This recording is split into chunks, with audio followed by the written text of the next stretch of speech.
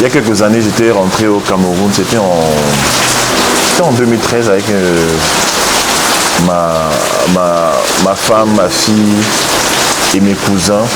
Nous sommes rentrés au Cameroun et en vacances. Et on est allé dans le quartier, on avait passé de très belles vacances. C'est un quartier à Bonapriso vers l'hôtel de l'air.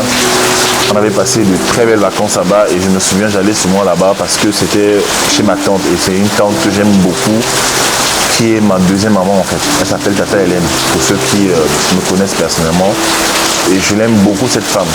Et en fait, on était rentré cette année en vacances et on allait passer la journée dans ce quartier à Bonapriso vers l'hôtel de l'air.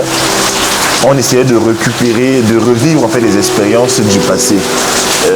Les soirées à manger des beignets haricots, les soirées à manger des poissons, les après-midi à jouer au basket, les après-midi à s'asseoir devant le portail, devant un grand tronc d'arbre à causer. Et passer des journées comme ça en fait, juste ne rien faire, parler, juste c'était les vacances. Mais en fait, ça n'a plus jamais été la même chose en fait. Ça n'a plus jamais été la même chose. Ce n'était plus la même expérience. Les gens qui étaient des voisins ont voyagé. Certains sont au Canada, aux États-Unis. Certains travaillent, certains sont mariés. Certains... en fait, la configuration avait changé. Même les maisons avaient changé. Il y avait d'autres maisons qui avaient été construites. Le terrain de basket n'existait plus. En fait, rien n'existait plus en fait. Et même l'énergie qu'il y avait dans la jeunesse, dans l'adolescence, en fait, n'existait plus. On était revenu avec beaucoup de joie, revivre ces choses, mais qui étaient déjà passées. En fait, cette saison-là de notre vie était passée et on essayait de la reproduire. J'avais senti comme un petit pincement dans mon cœur et même dans le cœur de mon cousin. Et ça m'a amené à réfléchir sur la vie, en fait. Et plus j'étudie le leadership, plus je me rends compte que dans la vie, il y a des saisons, en fait. Il y a des saisons de la vie. C'est-à-dire que déjà, quand un enfant naît, il est censé ramper d'abord, après il rampe, après il se tient debout, après il se tient debout et il grandit, après il grandit, il devient un monsieur, il a une famille, et il devient un vieillard, après il meurt en fait. Mais il y a 3 grandes saisons de la vie qu'il ne faut surtout pas rater. Si tu veux avoir une vie satisfaisante. Je me suis rendu compte de cela et j'ai senti à un moment donné de ma vie que j'ai failli rater une saison de la vie et le Saint-Esprit en fait par sa sagesse est venu m'aider à me repositionner. D'accord, vous allez comprendre. Ne te sens pas vraiment jugé par cette vidéo, ne te sens pas indexé, n'essaye pas de te mettre dans une catégorie pour te dire que ma vie est finie. La Bible dit que Dieu ramène les années que les sauterelles ont dévorées, d'accord. Donc il y a de l'espoir pour tout le monde. Je vais vous citer les 3 saisons de la vie. Il y a 3 saisons importantes. Il y a la première saison qui va de 0 à 30 ans. C'est la période de l'apprentissage, de la croissance. D'accord? Dans cette saison-ci, on fait de 0 à 30 ans là. Un être humain doit étudier beaucoup en fait. C'est important d'aller à l'école. Mais au-delà de l'école, c'est important de maximiser son potentiel en fait. Tu dois maximiser ton potentiel. D'accord? De 0 à 30 ans, tu dois aussi croître. C'est-à-dire qu'en termes de valeur, en termes de force intellectuelle, tu dois croître. Il y a 3 domaines aussi dans lesquels un homme doit se développer dans cette étape-là. Bon, déjà toute la vie, mais de 0 à 30 ans, en fait, ton esprit, ton corps, ton cerveau sont disposés pour que tu deviennes le maximum que tu puisses devenir. C'est pour ça que vous allez voir des gens, on les a préparés depuis l'enfance, en fait, ils deviennent des géants, ils deviennent des hommes puissants, des hommes influents, intelligents, incontournables, des stratèges, en fait, des gens, voilà quoi, des pros. Il y a 3 domaines, en fait, dans lesquels tu dois être fort. Tu dois être fort et tu dois pousser ton développement intensif sur 3 domaines. Développement intellectuel. Tu dois être fort sur le plan intellectuel. Tu dois développer ton potentiel. En fait. Développement émotionnel et psychologique. Tu dois être fort dans ça. Développement émotionnel et psychologique. Tu dois être fort dans ça. 3e domaine, c'est le développement spirituel. Un être humain doit être spirituel. Je suis désolé, je vois trop de gens, ils sont battus par la vie, ils n'ont pas de puissance, ils sont là comme ça, ils font des rêves, des cauchemars, on les menace, les sorciers du village les menacent, moins de choses, ça les écrase en fait. Non, tu dois être fort dans ces 3 domaines. Intellectuel, c'est-à-dire ton cerveau, tu dois le développer avec ton potentiel, tes talents, tout ça. Tu dois vraiment te développer. Tu dois être expert dans un domaine. Tu dois être fort dans un domaine. 2e domaine, je reviens dessus, domaine émotionnel en fait. Tu dois être fort dans la tête. Tu dois être fort dans la tête. Il y a des gens, dès que la vie est difficile, la vie est compliquée, ils baissent ses bras, ils tombent en fait. Je referai une vidéo dessus. Et après, tu dois être spirituel. Tu dois voir dans le spirituel. Tu dois être quelqu'un connecté à Dieu. Bref, voilà. Et donc, ça, c'est pour la première saison de la vie. Tu dois grandir. La saison de 0 à 30 ans, c'est la saison de développement et de croissance. Tu vois? Tu dois apprendre des choses. Tu apprends et tu grandis. Tu apprends les choses. Tu lis plein de livres. Tu te connais. Tu lis plein de livres. Tu lis. Tu fais des cours. Tu achètes des formations. Encore et encore et encore et encore et encore et encore. J'ai ma talentueuse Sandrine Sita. Elle n'est pas encore mariée. Elle est jeune. Je crois qu'elle a 24 ans, quelque chose comme ça. Elle a déjà 2 business. Elle a 2 business. Elle lit beaucoup. Elle fait des émissions maintenant à la télé. Elle a écouté tous les conseils que je lui ai donnés. Voilà une femme, je sais qu'elle va aller se marier tranquille. Elle sera cool en fait. Et en plus, elle vient à nos formations sur le mariage. Elle nous écoute, ma femme et moi. Elle veut savoir, dès qu'on fait une formation, dès qu'on fait une conférence, elle vient. Elle s'est maintenant positionnée sur le plan professionnel. Elle a déjà les finances, elle a déjà une renommée, elle passe déjà à la télé, elle a des choses qui se passent dans sa vie. Mais elle vient encore après maintenant au niveau du mariage parce qu'elle ne veut pas être une femme qui va se marier et qui peut-être est orgueilleuse, qui peut-être se contente seulement de ses finances, essaie de... Voilà, elle veut comprendre. Et c'est les années où elle doit maximiser le célibat. J'ai fait une vidéo, je parle de comment maximiser son célibat en fait. D'accord? Allez regarder ça, les 8 astuces pour maximiser son célibat. Donc ça, c'est les années où tu dois beaucoup apprendre. La deuxième saison de la vie, c'est la saison de 30 à 60 ans. 30 à 60 ans, c'est la saison de l'accumulation et de l'expansion. À 30 à 60 ans, là, tu dois beaucoup accumuler, en fait. Accumuler quoi? Tu dois investir, tu dois épargner. Tu dois créer des business, en fait. Tu dois créer des business, tu dois investir, tu dois aussi t'étendre. Pas seulement sur le plan financier, même dans ton domaine d'expertise. Je sais pas, tu peux être un professeur, un botaniste, un écrivain. Tu dois être prolifique à cet âge en fait. Tu dois beaucoup créer, C'est pourquoi en cette saison, 6 mois, je suis dans cette deuxième saison-là où je crée beaucoup de choses en fait. Oui, je suis dans la tranche de 30 à 60 en fait. Je crée beaucoup de choses en fait. Je fais des business, je voyage, je m'étends, je crée des choses, je lis tous les jours, je me cultive, j'apprends la psychologie, j'apprends des trucs, je lis au moins 3 heures de contenu par jour, je fais tout pour augmenter mon potentiel en fait. J'augmente ma connaissance de base. Je fais des choses, je crée des chaussures, je crée des vêtements, je crée des casquettes, je crée des choses, des offres, des conférences. Je m'étends au maximum en fait. Vous comprenez ça? Et l'expansion vient de... Quand je parle d'expansion, je parle de quoi? Le fait de me faire connaître à l'international. C'est-à-dire, j'utilise la stratégie marketing, la stratégie vidéo, pour que le monde entier connaisse mes vidéos. Et ça marche. Les gens me connaissent dans tous les pays. Je suis allé à Dubaï, les gens me connaissent là-bas. Les gens me connaissent partout, grâce à mes vidéos. Je suis là dans les stratégies, en fait. Parce que dans cette tasse, dans cette tranche-là, si je dois accumuler et je dois m'étendre, en fait. D'accord?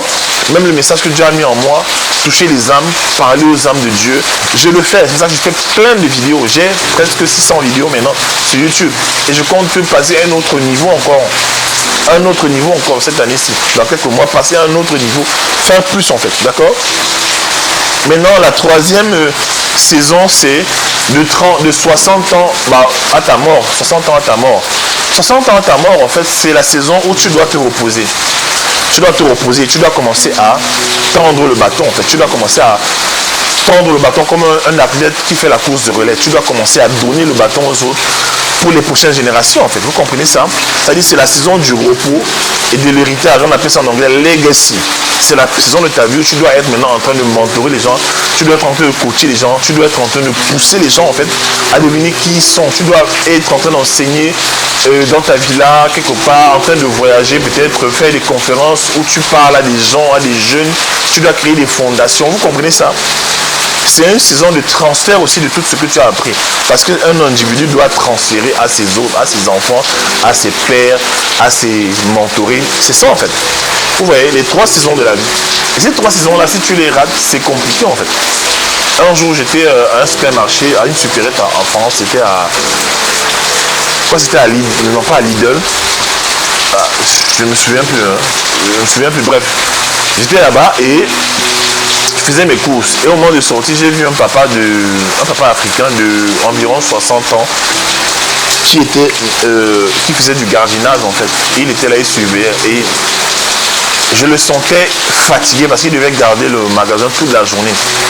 Et je l'ai vu fatigué en fait. Il devait avoir à 60 ans quand même, on a mal au dos, tout ça, on peut avoir mal au dos. Et il n'était pas musclé non plus. Donc en fait, il devait avoir un problème au niveau de sa colonne vertébrale. Je l'ai vu là-bas, ça m'a attristé en fait. Vous savez pourquoi ça m'a attristé?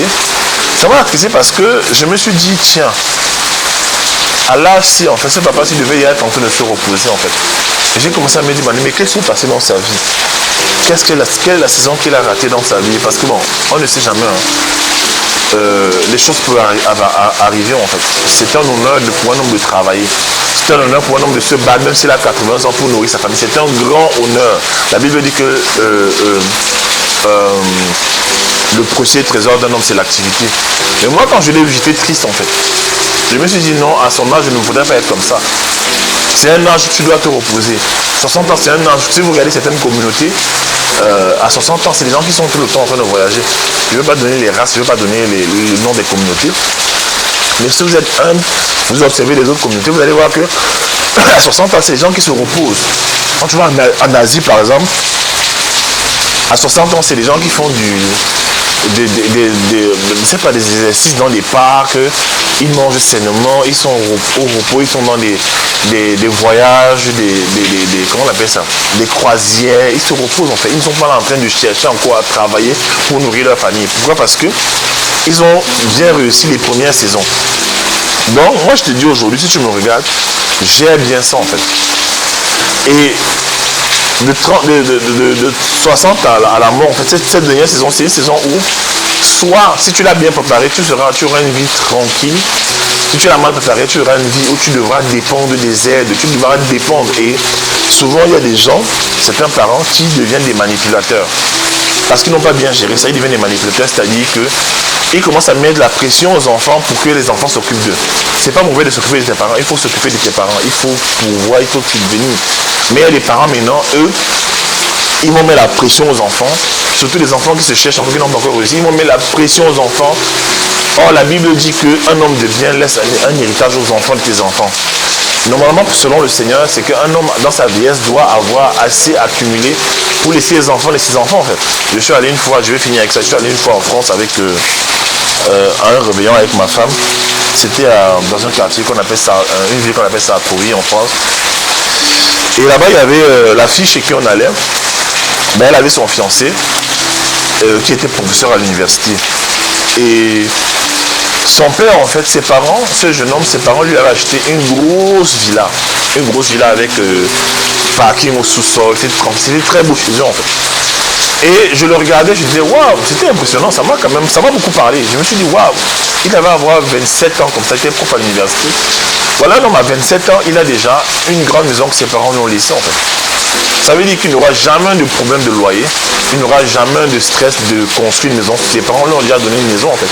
Ça veut dire qu'il part dans la vie avec un avantage très important par rapport aux autres. Pourquoi? Parce que les parents, et ses parents n'ont même pas 60 ans, ils ont à la cinquantaine, ils lui avaient déjà donné un bien, en fait. Ouais, les parents qui prennent soin de leur enfant, en fait. D'accord? Si tu gères bien ces saisons-là, tu pourras le faire. Si tu gères bien ces saisons, moi je fais tout, j'aide ma fille, je la coach pour qu'elle développe ses talents. Elle connaît la plupart de ses talents, elle connaît tous ses talents. Et on travaille ensemble, voilà. Lorsqu'elle me pose des questions sur certaines choses, je lui réponds. Parce que je suis en train de la programmer pour qu'à 18 ans déjà, elle soit déjà libre sur le plan financier. 18 ans même, c'est trop tôt. C'est trop tard même. Peut-être à l'âge de 16 ans, elle aura déjà des systèmes. Et peut-être même avant. J'ai créé un cours qu'on appelle comment libérer le potentiel, comment libérer les talents de ses enfants en fait. Et dans ce cours en fait, c'est révolutionnaire, j'explique comment les parents doivent se battre. Moi je vois beaucoup de parents qui négligent cet aspect en fait. Ils vont se retrouver dans 15 ans, dans 20 ans en train de devoir chercher l'argent pour envoyer les enfants à l'université.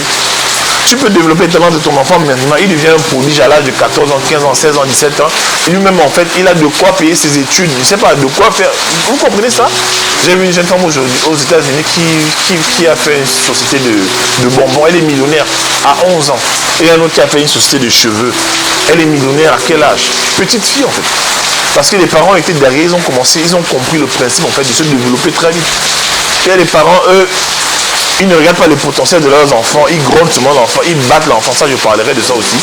Ils battent l'enfant, aucun processus créatif. Ils ne se demandent pas mais qu'est-ce que l'enfant peut faire, est-ce que l'enfant est bon, en quoi est-ce que l'enfant est bon, où est-ce qu'on peut le mettre pour que son potentiel soit développé. Je trouve ça dommage en fait. Et les parents reproduisent les mêmes erreurs que leurs parents. C'est à l'âge de 25 ans, 30 ans maintenant qu'on réfléchit pour trouver les talents des enfants. On réfléchit. C'est à l'âge où maintenant l'enfant doit aller à l'université, maintenant qu'on commence à réfléchir comment on va trouver l'argent. Non. Et ça fait partie aussi de l'héritage, d'accord? Bon, voilà ce que je voulais dire pour cette vidéo-là. La formation de talent commence le 11 septembre et nous passons à un autre niveau. Bien sûr, vous savez, c'est une formation de leader. Si tu veux rejoindre la Team Talent, voilà, Team Talentueux, voilà. Et je vais organiser une rencontre à Paris pour les talentueux qui ont fait ma formation des talents. Et ceux qui aimeraient aussi être là, peut-être pour apprendre, pour entendre pour voir les talentueux, pour discuter avec nous. On va avoir un repas à Paris, d'ici 3 semaines à Paris. Ça va être dans un beau cadre à Paris, on va s'asseoir en fait, on va discuter. Ça va être l'occasion pour les talentueux de nous dire où ils en sont, ce qu'ils ont déjà mis en place comme projet, quels sont les blocages, quelles sont leurs peurs, quels sont les manquements, qu'est-ce qu'on peut améliorer en fait. J'aime beaucoup ces moments-là parce que c'est des moments aussi de leadership où j'apporte encore plus pour que les gens aillent à un autre niveau. Donc, si ça t'intéresse, ben, fais-moi signe en commentaire et on va comment dire ça, on va se rencontrer, voilà. Pour les appels découvertes, c'est dans le descriptif de la vidéo. Allez, portez-vous bien, ciao.